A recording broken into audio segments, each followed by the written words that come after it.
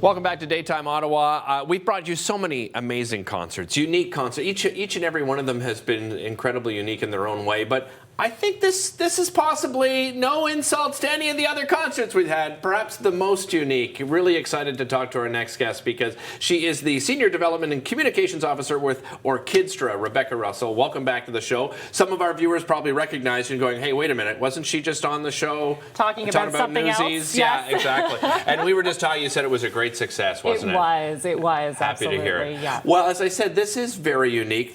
Before we get to the actual concert itself, tell us a little bit about OrKidstra, founded in 2007, right? That's right, yeah. So it's a social development program that helps to empower kids and build community through music.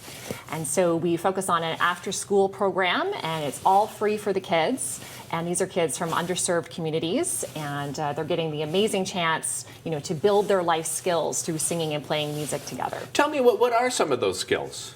Absolutely. So teamwork, responsibility, listening skills, collaboration, focus. And we hear, there's a lot of new studies coming out all the time about how playing an instrument and learning music actually really improves your literacy and numeracy also. Of course. So there's these amazing studies coming out showing that, you put kids in music skills, in music class, it improves everything else in their life. Yeah, and we've seen that with, I think, a growth of music therapy, right? We've talked about that on the show before, and the studies are just incredible, right? About, just talking about the many benefits and how encouraging it really is. So how did you get involved with OrKidstra?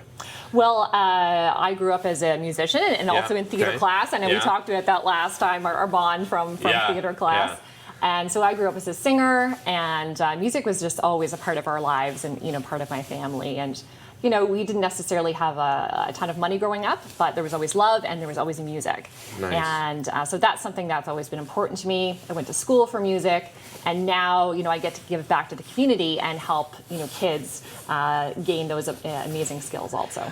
Let's talk about this upcoming concert because, as I said, probably one of the most unique concerts you'll find here in Ottawa. And I think when people think about young people, are like, oh, we've been to the, concerts at school, and sometimes it's, painful when the clarinets come out. But this is really a lot of talent, right? And a lot of young people involved as well. Well, the kids have been working so hard. We have a lot of... we always say to our kids, it's not about making amazing musicians, it's about creating amazing people.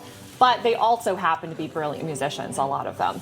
And so the music you're going to hear, I think you're going to be just amazed. We've got over 100 kids involved in the show. Wow. We've got pretty much all the instruments you think about being in a band or an orchestra.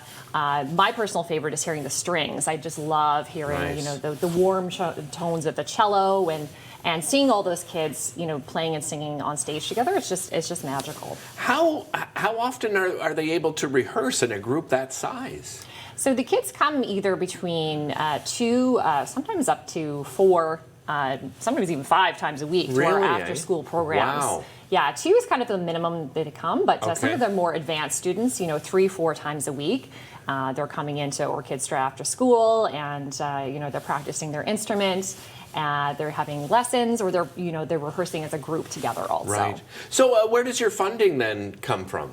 So we are very fortunate. We have individual donations coming to OrKidstra because people believe in the organization's mission. We also have grantors, including the City of Ottawa, that supports the program. Excellent. But of course, anyone watching is always welcome to join the OrKidstra family of donors, and help out the local kids. Well, and the idea behind this concert as well is, you talked about some of the most vulnerable children, right, in our community, and for those that find themselves, struggling at this time of year, right? We've talked about it earlier on in the show, and inflation and food and fuel and everything.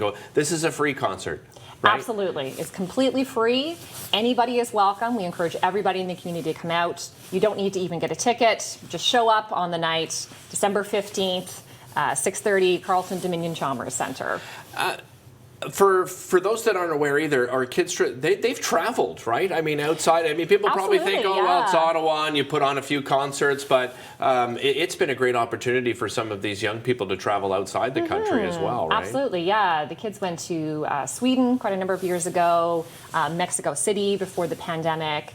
And they're meeting up generally with other young people who are in similar programs. Right. OrKidstra just here in Ottawa, but we have similar organizations all around the world that do similar work, that work with kids from underserved communities. And my understanding is they OrKidstra performed at the Junos at one point. We did, too, absolutely, yeah, with Ruth B, wonderful Canadian artist. Just amazing opportunity. So, I mean, what's the criteria if there's somebody watching out there, a parent or even a young person that's watching and they want to get involved with the program? What's the criteria of getting involved?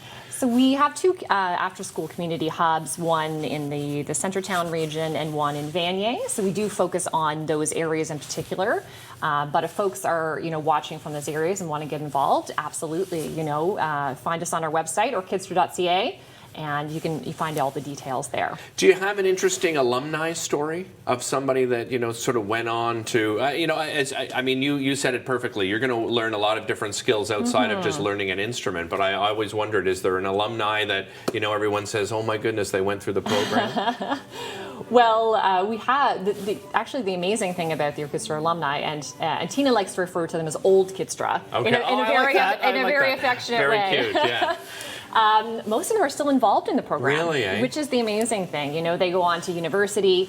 We're really proud to say that 100% of the kids who graduate from the program are also going on to post-secondary education. Wow. And if they happen to go here in Ottawa, they usually stay involved with the program. They're back as volunteers, as mentors, sometimes as teachers. So, right. They never have to leave. OrKidstra is really, a family, and they never have to leave. I love the old Kidstra. That old is so Kidstra, good. I know, it's very cute. Rebecca, pleasure having you back. Thanks so much for joining us again today. A reminder, OrKidstra Center Hub Holiday Concert. It is happening at Carleton Dominion Chalmers Center, which is just a beautiful, really intimate setting as well. So really encourage you to get out there.